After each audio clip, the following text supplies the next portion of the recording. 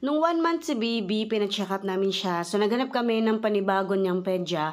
And then, after check-up, sinabi ng doktor niya na ibalik nga namin si baby para sa kanyang rotavirus vaccine pag nagdalawang buwan na siya. Yung ibang vaccine ni baby sa center lang namin kinukuha. Natanong ko na din naman yung pedya niya kung okay lang ba sa center na. Sabi niya, oo, para nga daw libre. Yung ibang vaccine naman na wala sa center, ayan, pinapabaksin namin sa private pedya niya. Tulad ngayon, ipapabaksin namin siya ng rotavirus vaccine.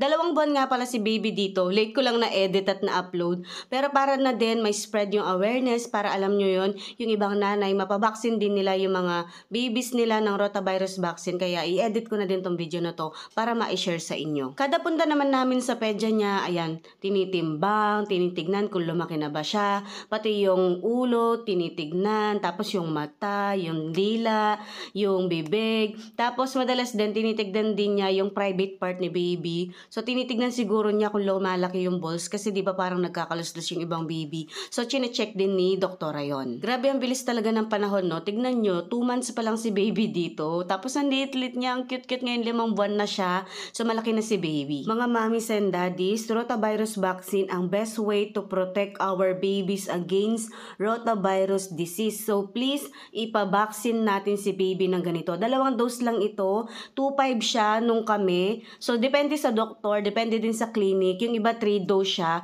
pero kami 2 dose lang. 2 months and 3 months kung di ako nagkakamali. So, ito yung unang dose niya. Yung rotavirus disease nga pala ay nagkukos ng watery diarrhea or pagtatae sa mga bata, yung malambot or tubig na tae, tapos vomiting, pagsusuka, fever, at saka sakit ng tiyan. So, maganda na ipabaksin natin si baby ng ganito. Rotarix nga pala yung brand ng vaccine ni baby dito. So, 2 dose nga siya tulad ng sabi ko sa inyo.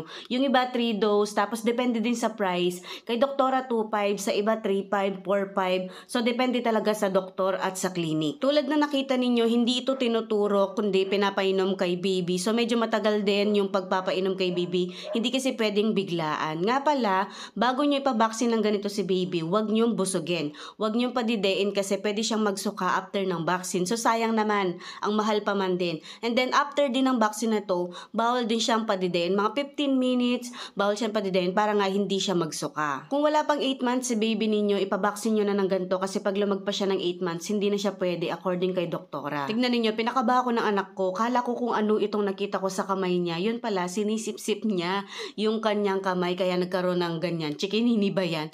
So, ayun, natakot pa ako. Sakto nandun pa kami, papacheck up ko nga sana siya ulit. Nakalimutan din dalhin ni Mister itong baby book ni baby. Sinabi ko sa kanya pero hindi niya narinig. Next time tayo na lang talaga ang magdala kung ano man ang dapat dalhin. Nag-take out na lang din kami ng pagkain sa McDo kasi nga gabi na yung clinic ni doktor.